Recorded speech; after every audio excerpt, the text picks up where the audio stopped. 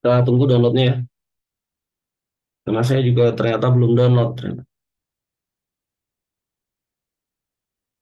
Setelah itu menginstal yang mana, Pak? Ada 3 buah di dalamnya. Iya, ini kan ada tiga. Semuanya itu adalah aplikasi yang langsung dijalankan ya. Jadi kita installnya hanya di ekstrak saja. Lalu pastikan bahwa path dari sistem sudah mengarah ke folder yang kita inginkan supaya nanti bisa dipakai dimanapun. Ini. Eh, Lihat, dia ada di folder download ya. Ini akan saya ekstrak.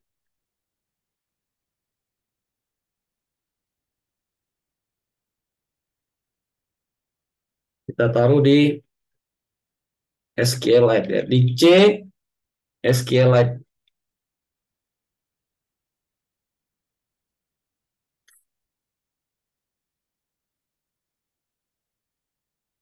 Hasilnya akan ada sebuah folder di C ya.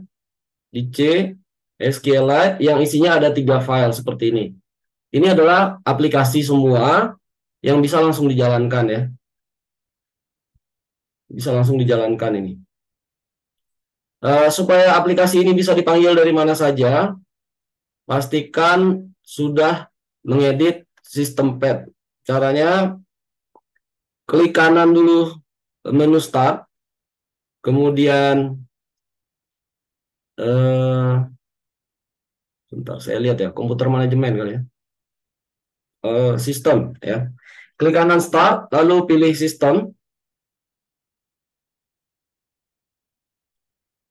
pilih sistem, kemudian sebentar.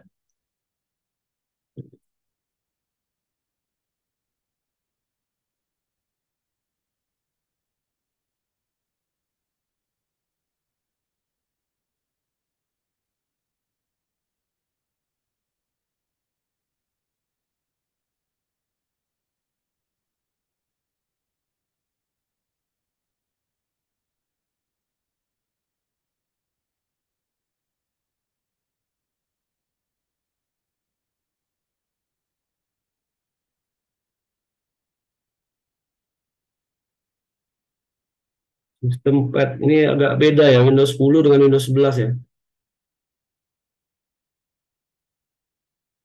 Iya, agak puyeng, Pak, Windows 11, Pak. Iya, Windows 11 ini agak. Oh, ini ada di setelah klik kanan klik kanan sistem, pilih Advanced System Setting ya.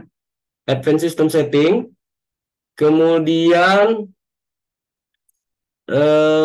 lihat di sistem properties ini ada sebuah tombol namanya di bawah itu Environment Variables.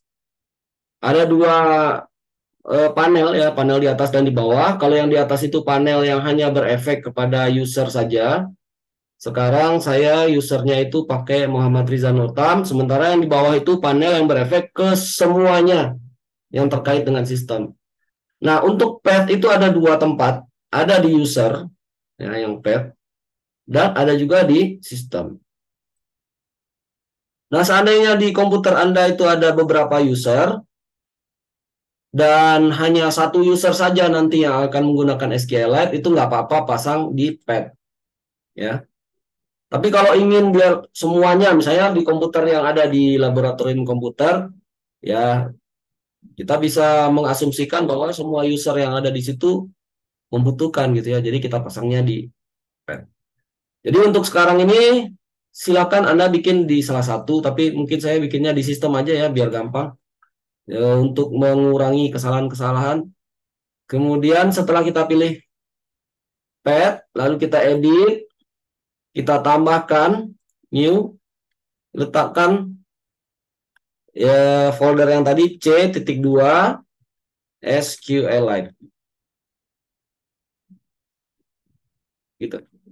Jadi sekarang di pad pada environment variable telah kita tambahkan folder tempat kita menyimpan tools manajemen dari SQLite 3 ya.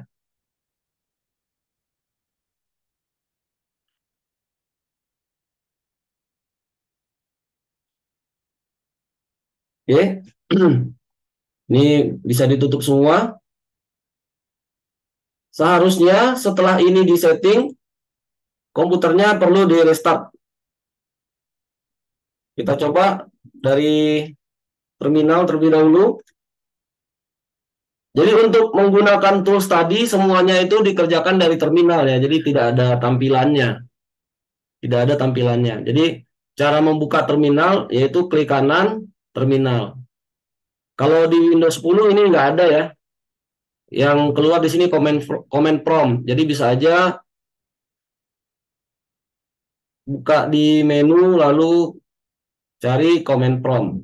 Jadi ada dua aplikasi yang bisa dipakai pada Windows, bisa command prompt, bisa juga Windows Terminal atau disebut juga Windows PowerShell. Jadi salah satu dari dua ini. Nah, untuk mengujinya bisa kita ketikkan SQLite 3 enter. Kalau sudah keluar berarti komputernya tidak perlu di restart, jadi langsung jalan ya.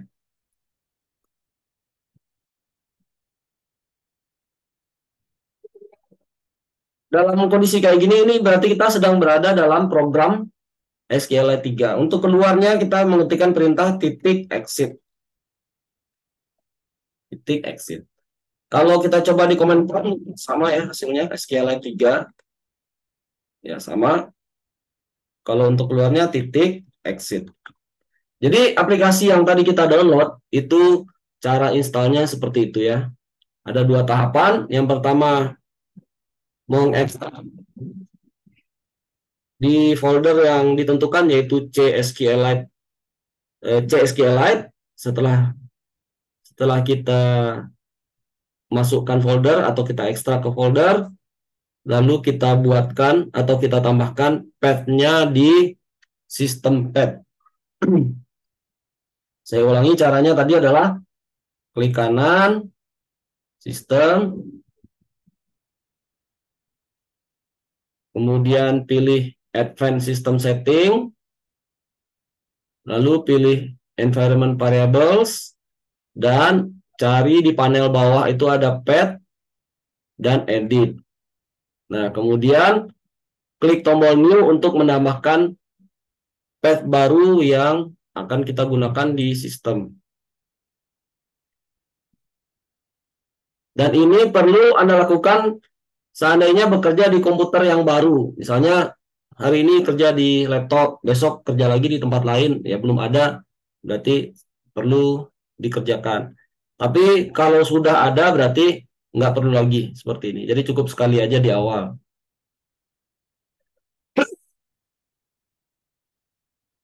Nah, hari ini kita akan membahas sedikit perkenalan tentang SQL, yaitu Structure Query Language. Nah, untuk membuat database baru, SQLite 3, mungkin saya pakai command prompt aja ya, biar lebih lebih mudah ya, semua orang punya gitu ya. Nah, untuk membuat database itu, perintahnya adalah SQLite 3, kemudian nama file database yang ingin kita gunakan, misalnya sekolah titik db. Jadi untuk membuat database baru SQLite ini adalah menggunakan perintah SQLite 3, lalu nama database-nya diakhiri dengan db di belakangnya. Ada extension-nya db. Kemudian enter. Setelah di enter, dia akan memproses untuk membuat satu database.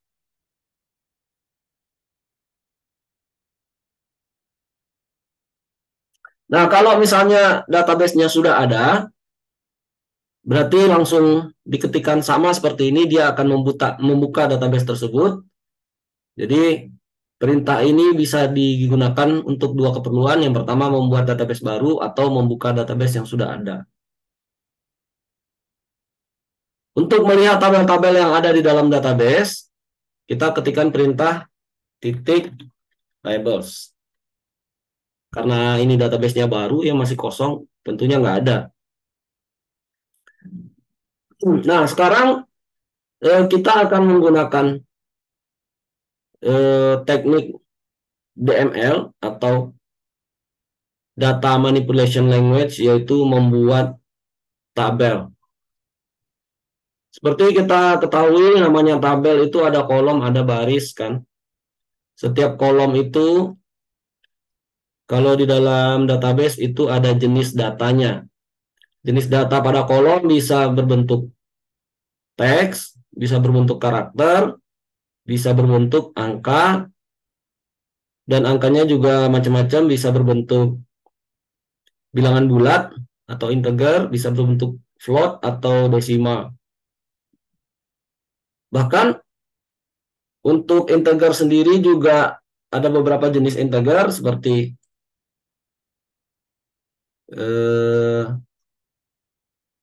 apa namanya, eh, integer yang ukurannya standar dan integer yang ukurannya sangat besar. Jadi ada integer biasa, ada big integer gitu ya. Cuma rata-rata kita pakainya integer aja. Nah, untuk standar SQL kita kadang-kadang tidak perlu menyebutkan integer atau float atau big integer atau big float gitu ya. Kita cukup menyebutkan numerik gitu. Kita akan coba dalam membuat tabel, misalnya kita buat tabel siswa. Tabel siswa, ini komputer PC saya ini adalah komputer virtual ya, jadi agak lambat. Tabel siswa itu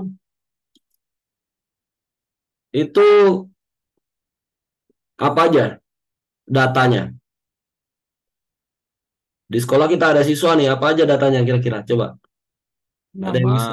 NPM-nya, Nama, lalu NPM-nya, nomor nomor induk siswa, ya, kelas, NIS namanya, nomor induk siswa ya.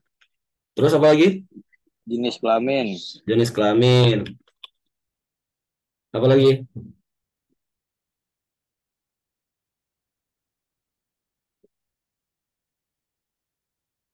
Udah itu aja kali ya. agama, Pak. Ya, orang tua, alamat, tempat tanggal lahir ya, tempat lahir, tanggal lahir. Nah, ini aja dulu. Sebenarnya datanya kan banyak nih ya. Alamat dan lain-lain itu bisa dibuat. Nah, untuk membuat tabel seperti ini, kita tentukan dulu jenis data dari masing-masing kolom yang akan kita buat ini. Jadi mungkin nomor itu di awal ya biasanya ya. Dan ini bisa dipanjangin nih. Nomor induk siswa. Nah, salah satu aturan yang biasanya dipakai adalah setiap nama kolom itu nggak boleh ada spasinya gitu ya. Jadi ini kita siasati dengan menggantikan spasi dengan underscore.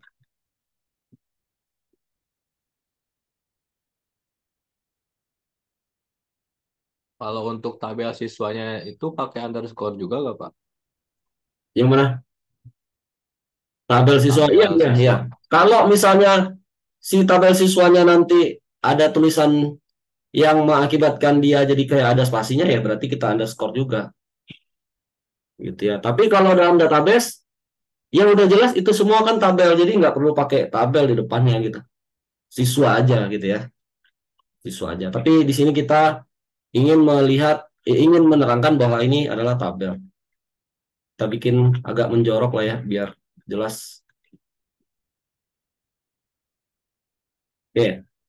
Nah, untuk setiap kolom itu perlu ditentukan jenis datanya. Nomor induk itu jenis datanya apa? Coba, ada yang punya ide data? Angka, Pak. Hah? Angka. Angka, betul tulisannya angka. Tapi apakah perlu kita gunakan angka di sana? Karakternya memang karakter angka, tapi untuk nomor induk siswa kita tidak memerlukan jenis data angka. Kenapa? Karena jenis data angka itu, kenapa kita memerlukan jenis data angka? Biasanya adalah karena ada operasi yang ingin dilaksanakan. Apakah operasinya pertambahan, perkalian, pembagian, sehingga dengan adanya operasi tadi kita memerlukan jenis datanya angka. Jelas kan? 1 tambah 1 jadi 2 gitu kan. Kalau nomor induk siswa perlu nggak operasi semacam itu? Tidak, Pak. Nggak perlu kan? Kita hanya mencatatkan bahwa nomor induk 005 itu siapa gitu. Hanya sebagai menggantikan nama menjadi nomor induk. Nah, kenapa kita gunakan nomor induk angka untuk menggantikan nama? Salah satu fungsinya adalah untuk menghindari terjadinya redundansi data. Nah, kemarin kita membahas ya redundansi data dan integrasi data. Nama orang itu banyak yang sama gitu kan. Dalam 1 tahun penerimaan siswa baru itu ada yang namanya Budi berapa orang gitu kan. Ada yang namanya Muhammad itu ada berapa gitu kan. Jadi untuk menghindari datanya redundan, jadi supaya nggak salah dan datanya tidak bentrok, makanya digunakanlah penanda yang lain, yaitu nomor induk siswa. Nah, di sini datanya adalah berbentuk teks ya. Untuk database, jenis data itu ada beberapa jenis. Tadi saya sudah sebutkan ada numerik. Di dalam numerik ini jenisnya ada integer, ada big integer, ada float. Ya. Atau big float kalau ada, tergantung jenis database-nya. Tidak semua database punya.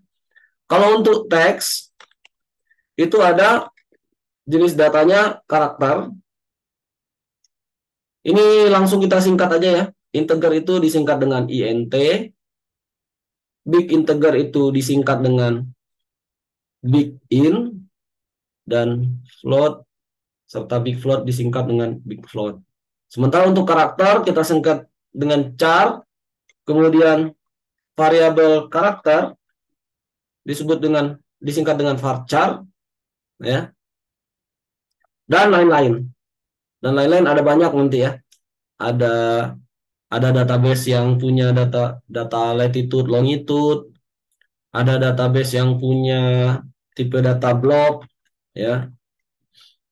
Blob ini adalah data yang tidak jelas datanya apa. Biasanya bisa disimpan file, bisa disimpan ke situ, gambar bisa disimpan ke situ. Jadi bisa digunakan untuk langsung menyimpan filenya gitu ya. Nah, untuk char, varchar, integer, big integer itu sebetulnya dibutuhkan panjang datanya. Ya, panjang datanya. Kita coba di sini ya. Nomor induk siswa itu datanya berapa panjang? Nomor induk siswa biasanya berapa karakter? Tergantung sekolahnya mungkin ya. Ada yang 5 karakter aja, ada yang 10 karakter. Sekarang kita anggap aja lah dia 5 karakter. Karena tadi kita tidak membutuhkan angka, kita gunakanlah dia varchar atau variabel karakter, di mana tipe data varchar ini bisa digunakan untuk menyimpan data teks yang lebih panjang daripada karakter. Kalau karakter itu bisa disimpan 2 karakter misalnya. Tapi ketika kita menyimpan 2 karakter, kedua-duanya harus kita isi, misalnya AB atau 10. Tidak boleh kita isi 1 saja. Misalnya karakternya kita anggap panjangnya 2 karakter, ternyata waktu mengisi datanya kita isikan 1 saja, jadinya nanti error.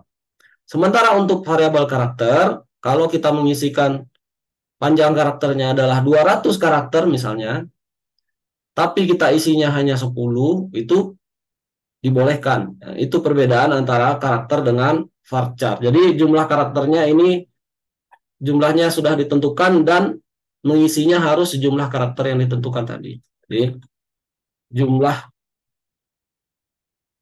karakter ditentukan dan diisi tepat sebanyak yang ditentukan tersebut. Ya. Sementara kalau yang varchar itu sama jumlah karakter ditentukan, diisinya boleh kurang dari karakter yang ditentukan. Jadi kalau varchar itu boleh kurang dari yang ditentukan. Kalau karakter nggak boleh kurang. Tapi kedua-duanya nggak bisa lebih ya, karena ini berkaitan dengan jumlah memori yang dialokasikan untuk mengelola data. Jadi kayak kotak aja gitu ya, atau plastik 1 kilo, plastik 1 liter, kita isi 2 liter ya kan, pasti dia luber, nggak bisa.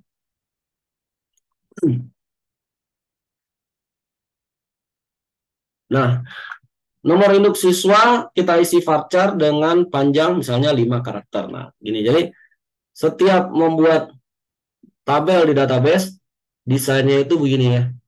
Kemudian nama itu juga varchar pastinya, bahkan ada spasi juga, itu termasuk ke dalam karakter yang dimasukkan.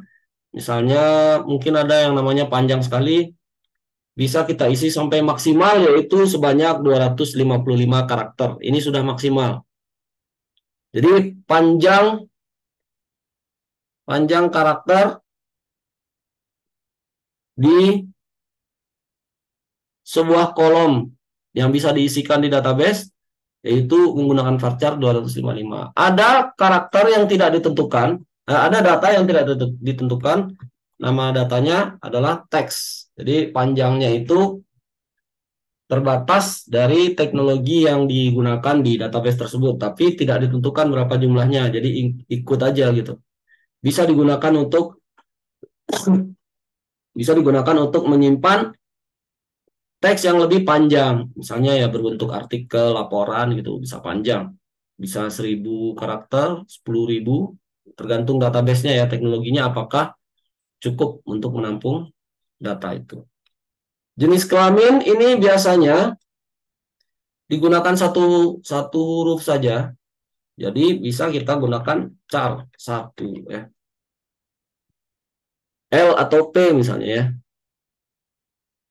atau 0 atau 1 gitu. Kalau kita menggunakan angka, nanti angka tersebut oleh program, kalau kita pakai program nanti akan diterjemahkan, misalnya 0 itu perempuan, 1 itu laki-laki misalnya, atau sebaliknya, nanti oleh program ditukar, diterjemahkan, yang 0 jadi apa. Begitu juga kalau misalnya kita pakai jenis kelaminnya laki-laki atau perempuan, L atau P, berarti nanti juga L akan diterjemahkan menjadi laki-laki dan P diterjemahkan menjadi perempuan.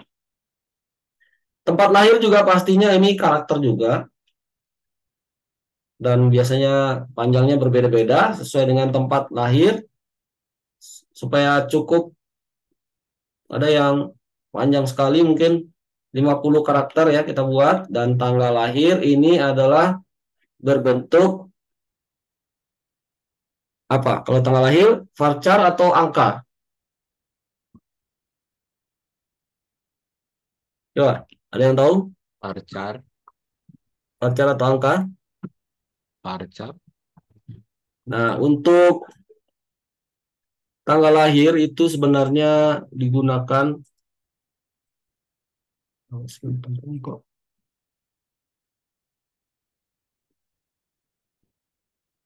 untuk tanggal lahir itu bukan varchar ya.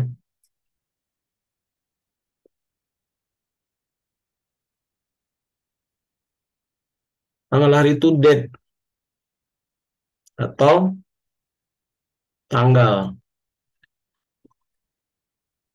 Nah, untuk mengetahui data jenis ini, kita bisa cek di websitenya SQLite ya. Kita coba buka di websitenya SQLite. Tipe data dari SQLite. SQLite data types ya.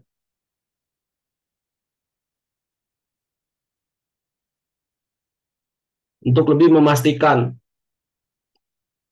Jadi ada null berarti kosong ya, tidak ada. Integer, ada real ini untuk floating point berarti bukan float ya. Kemudian ada text dan blob. Itu. Kemudian ada juga boolean.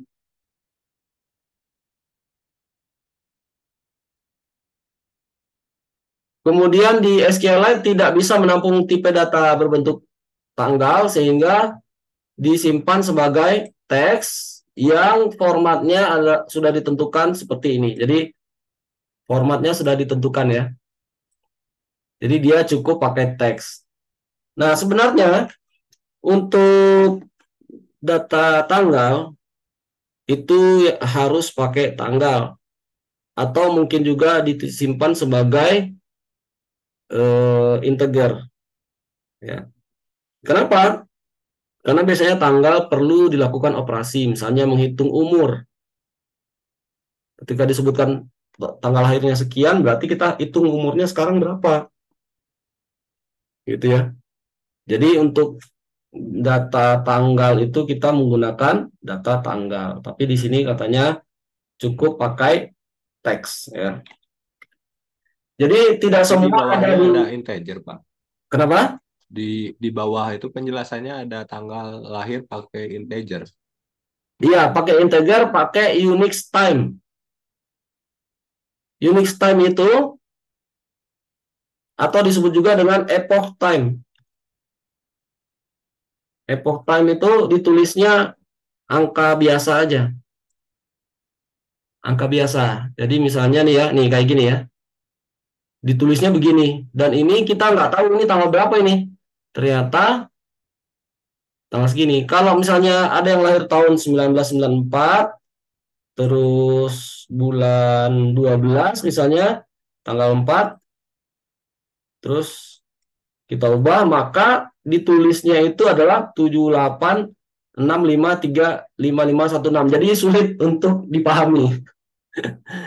Betul memang ada di sini integer, tapi integernya sebagai Unix time ya. Yaitu Unix time itu apa? Yaitu angka berseri, angka serial. Yang angka serial itu 1, 2, 3, 4 dan seterusnya yang dimulai setiap 1 detik sejak detik pertama di tanggal 1 Januari tahun 70 sampai sekarang. Jadi sekarang udah berapa juta detik ini sejak 1 Januari 70 tengah malam. Ya ini berapa juta nih? 1,6 miliar detik sekarang. Hampir 1,7 miliar. Jadi jalan terus ini ya. Jalan terus. Ini bisa dilihat. Jadi tidak praktis kalau kita gunakan integer. Ya, bisa sih bisa aja ya. Saja, tapi kalau untuk keperluan kita baca tabelnya langsung agak repot ya. Yang lebih gampang itu adalah ya pakai ini. Pakai teks dengan aturan ISO 8601. Nah, ini gampang sekali sih untuk dipahami ya. Ada tahun dipisahkan menggunakan strip atau tanda minus. Kemudian bulan 2 angka dan tanggalnya 2 angka. Yang di belakang boleh dibuang ya. Karena kita tidak menggunakan waktu lahir sampai jamnya tidak dicatat. Jadi cukup sampai tanggal saja. Sehingga Untuk tanda kutipnya dipakai nggak, Pak? tanda kutipnya tidak dipakai. Sehingga untuk mengikuti aturan dari SQLite, kita mengubah varchar menjadi teks ya. Teks. Atau kita coba dulu varchar ya. Karena katanya di SQLite tidak ada varchar, yang adanya cuma teks aja gitu ya. Tapi sepertinya kita perlu mencoba dulu apakah varchar bisa diterima oleh eh, SQLite atau tidak. Nah, di sini ada affinity names, jadi kayak dia menyamakan atau apa ya, menerjemahkan dari varchar itu apa gitu. Jadinya teks. Jadi kita bisa menulis varying varying karakter itu nantinya juga jadi teks. Nchar, native char, teks, slope. Jadi ini ada banyak jenis data yang bisa kita gunakan yang semuanya akan diterjemahkan nanti oleh engine SQLite menjadi tipe data yang 4 tadi ya. 5 ya, 5. Oke. Sekarang kita coba buat dulu. Jadi ini pakai varchar, panjangnya berarti 10 karakter, termasuk tanda strip ya. Nah, ini kita terjemahkan, kita coba masukkan ke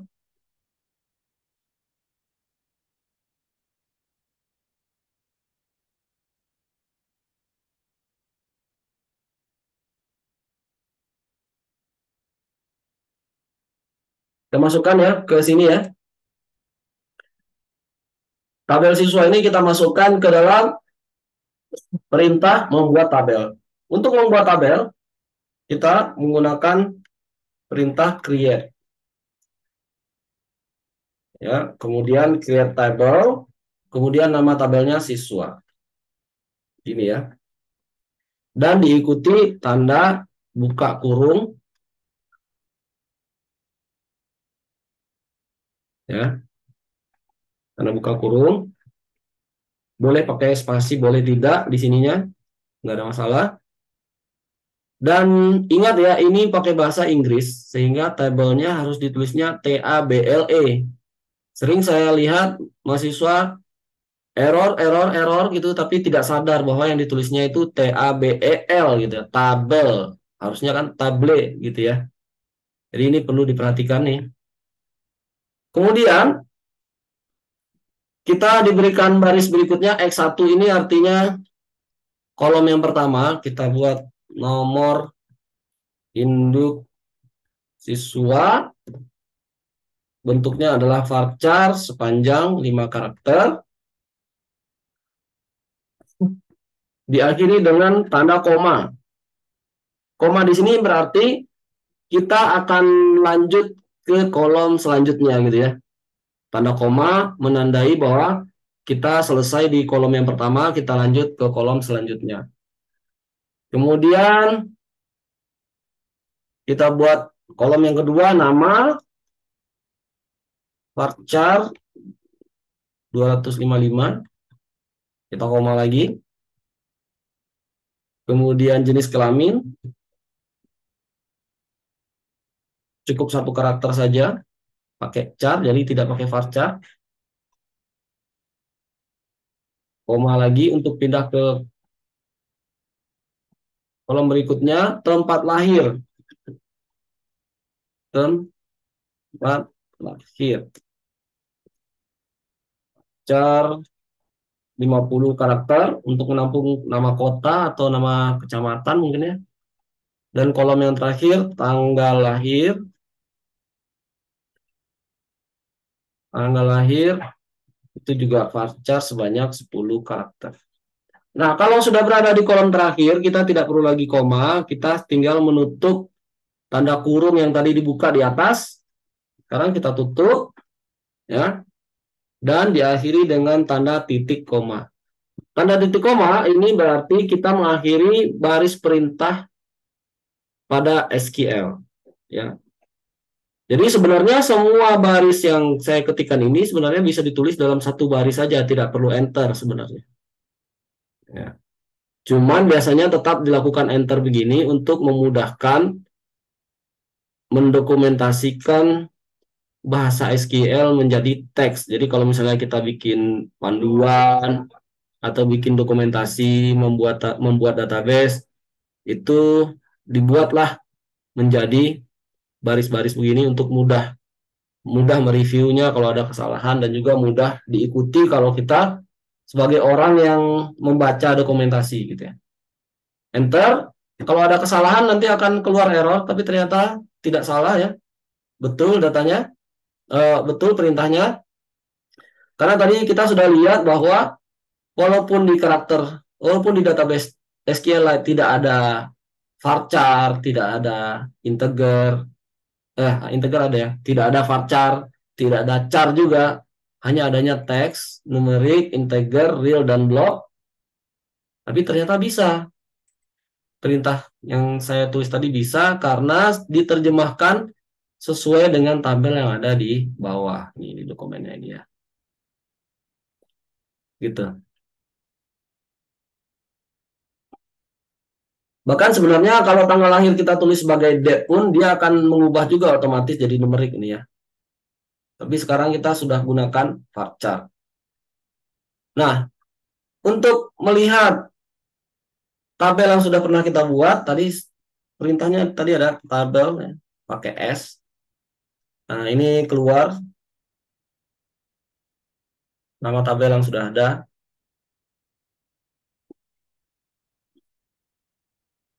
Ya. Mungkin saya ingin membuat lagi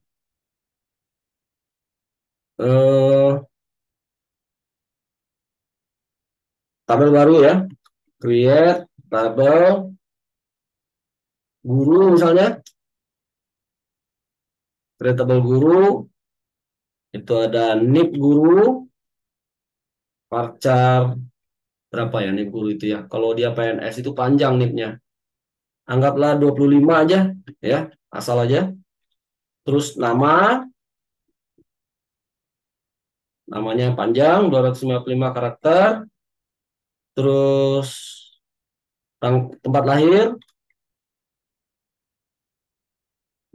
juga tadi pakai sesuai dengan yang di atas, varchar 50. Sekarang kita coba tanggal lahir menggunakan date. Kalau date tidak perlu dikurung ya. Kayak gitu aja, lalu kita tutup titik koma. Enter. Nah, bisa juga ternyata, walaupun ternyata di SQLite itu nggak ada date, tapi kita gunakan tanggal lahir itu tipe datanya date, itu juga bisa. Karena otomatis nanti dikonversi gitu ya. Nah, inilah yang disebut dengan DML, Data Manipulation Language. Nah, bagaimana kalau kita menggunakan DDL, ini yang namanya DDL ya, Data Definition Language, atau mendefinisikan data. Jadi ada definisi-definisi dari data, ini kelompok NIP, ini kelompok nama, setiap kelompok punya jenisnya apa. Ini yang disebut dengan Data Definition Language. Sekarang kita mengisikan data ke dalam tabel yang sudah kita buat, itu kita menggunakan Data Manipulation Language, atau bahasa yang digunakan untuk memanipulasi data. Itu pakai perintahnya insert. Insert into nama tabelnya, siswa misalnya. Apa yang mau kita masukkan? Yaitu data-data sebagai berikut. Values. Buka kurung. Ya. Kalau data angka bisa dimasukkan langsung aja, tidak pakai tanda petik. Sementara kalau datanya karakter, teks, itu wajib digunakan pakai tanda petik. Begitu juga tanggal juga untuk beberapa database mewajibkan dengan tanda petik.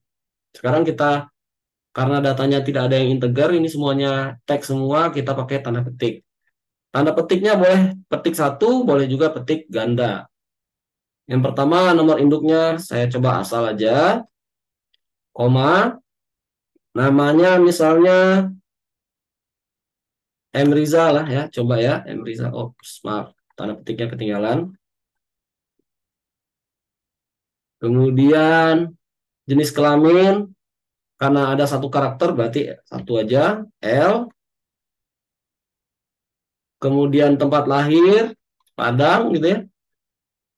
Tanggal lahirnya sesuai dengan format yang tadi, jangan lupa. 1979, 10, 23 gitu ya. Nah, gini. Jangan lupa ditutup dengan tanda tutup kurung dan titik koma. Karena layarnya sempit, jadi dia turun ke bawah ya otomatis. Jadi, setiap perintah SQLite atau SQL manapun itu selalu ada titik komanya di belakang untuk mengakhiri perintah tersebut. Jadi si sistem mengetahui bahwa setelah titik koma ini perintah ini akan diproses langsung. Kalau tidak pakai titik koma maka tidak diproses. Kelihatan di atas ya, kita enter dia nggak proses. Baru setelah titik koma sistemnya memproses. Enter. Nah, kalau tidak ada error berarti datanya masuk. Bagaimana cara kita melihat data yang sudah masuk? Pakai select. Select bintang from siswa titik koma. Jadi akan ditampilkan data yang sudah masuk ya, sesuai dengan tadi yang kita ingin masukkan. Bagaimana kalau kita ingin memasukkan data tapi mungkin salah satu datanya belum ada, belum lengkap nih. Misalnya nomor induk udah ada, nama udah ada, jenis kelamin udah ada, tapi tempat tanggal lahirnya belum ada. Berarti kita perlu memilih terlebih dahulu kolom apa yang ingin kita proses datanya. Jadi insert into siswa, buka kurung, tentukan jenis kolomnya atau nama kolomnya, berarti nomor induk siswa, nama, jenis kelamin. Sehingga dengan kita menyebutkan nama-nama kolom ini, maka hanya kolom ini saja yang akan kita isikan datanya. Lanjutkan values. Values-nya adalah nomor induknya, ya acak dulu aja ya. Terus namanya misalnya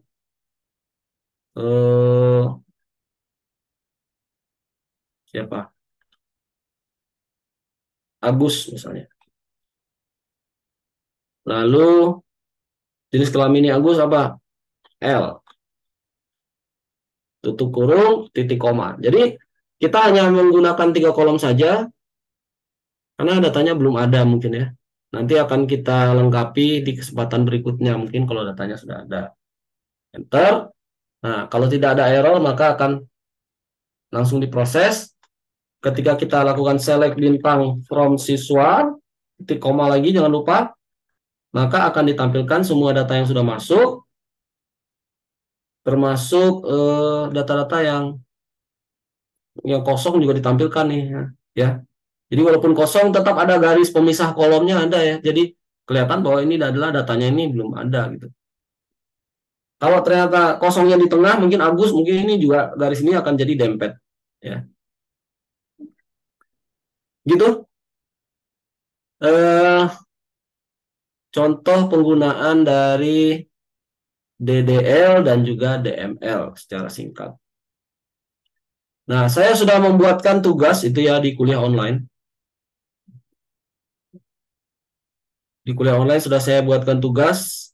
Silakan dilihat. Ada tugas baru.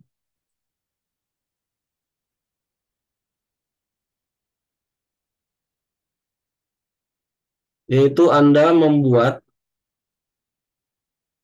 database ya. Di pertemuan kelima, membuat database minimal 2 tabel. Minimal 2 tabel ya kayak gini.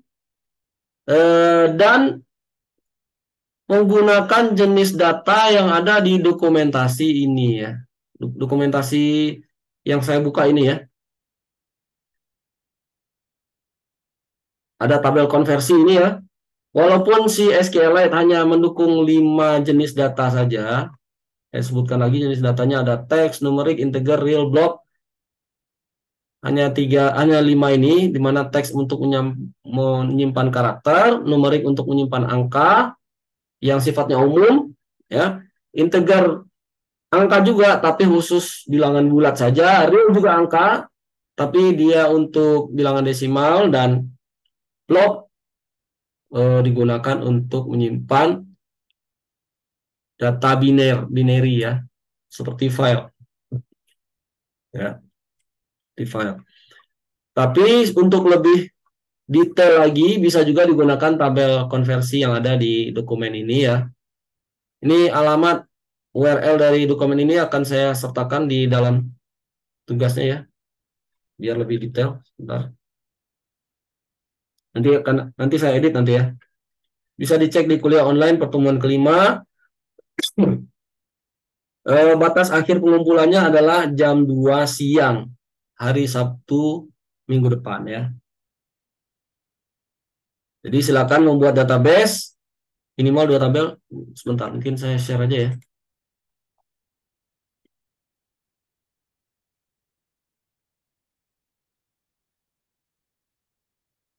Jadi tugasnya adalah membuat database SQLite. Ini pertemuannya saya rekam, nanti rekamannya mungkin saya share juga ya, supaya bisa dijadikan panduan oleh Anda yang membuat program ini. Nanti pakai semua field yang bisa, yang ada di dokumentasi yang tadi. Dan juga isikan juga data ya. Nah, semua komen-komen atau perintah-perintah tadi disimpan ke sebuah file teks biasa, tapi ekstensi dari filenya itu adalah titik .sql. Ya. File titik .sql ini adalah file biasa, file teks biasa, cuma ekstensinya bukan txt, ekstensinya adalah SQL, yaitu eh, jenis file yang digunakan untuk menyimpan DDL dan juga DML. Eh, yang perlu Anda ingat bahwa perintah SQLite 3 pada saat membuat database, pada saat memeriksa tabel yang ada, dan juga pada saat keluar dari program SQLite 3, itu bukan bahasa DDL ataupun bahasa DML. Jadi tadi saya di awal kita ada SQLite 3 terus nama database. Nah, itu bukan bahasa DML atau bahasa DDL. Jadi tidak perlu masuk ke file SQL. Dan juga titik tables tadi kita praktekkan juga, itu juga bukan bahasa SQL dan tidak termasuk DML DDL, sehingga juga tidak boleh masuk ke dalam file SQL. Juga nanti perintah untuk keluar titik exit itu juga bukan bahasa SQL, sehingga tidak perlu dimasukkan ke SQL. Oke, mungkin itu dulu pertemuan kita hari ini. Ada yang mau ditanyakan sebelum kita absen?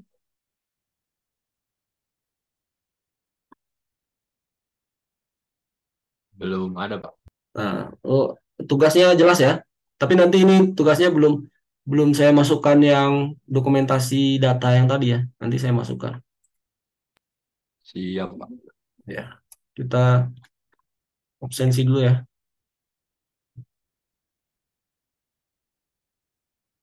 Ini yang hadir sedikit ya. Mungkin manual aja lah absensinya.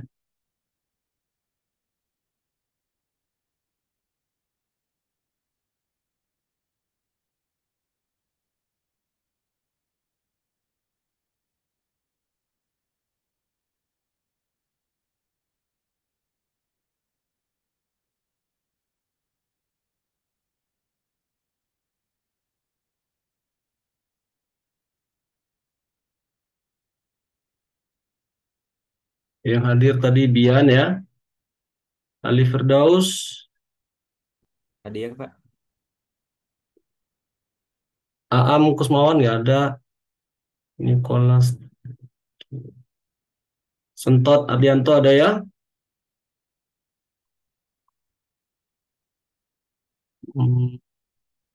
Raiska, Ikhwan Syafiki, dan Dwiki ya. Siapa lagi? Brilianto Wibisono. Oke, hilang nggak ada. Ya, sip. Izin Pak, untuk Gilang masih izin Pak, ada kerjaan Pak. Ya, tadi sudah WA juga nih. Ada beberapa yang WA tadi.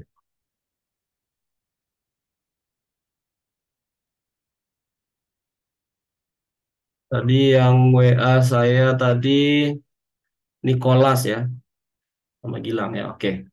Sip, mungkin itu pertemuan kita hari ini. Jangan lupa mengerjakan tugasnya. Untuk pekan depan itu paling lambat jam 2 harus dikumpul. Dan juga eh, minggu depan, hari Sabtu minggu depan itu absensinya 2 kali ya. Jadi pagi akan saya bukakan presensinya akan saya bukakan sampai jam 2 untuk mengumpulkan tugas dan juga sore kita pertemuan kuliah juga nanti akan ada presensi. Jadi hari Sabtu pekan depan akan ada 2 presensi, yang satu untuk tugas dan satu lagi untuk pertemuan kuliah. Oke, kalau tidak ada lagi yang mau ditanyakan, saya tutup pertemuan kita hari ini. Wabillahi taufik wal hidayah. Assalamualaikum warahmatullahi wabarakatuh. Waalaikumsalam warahmatullahi wabarakatuh.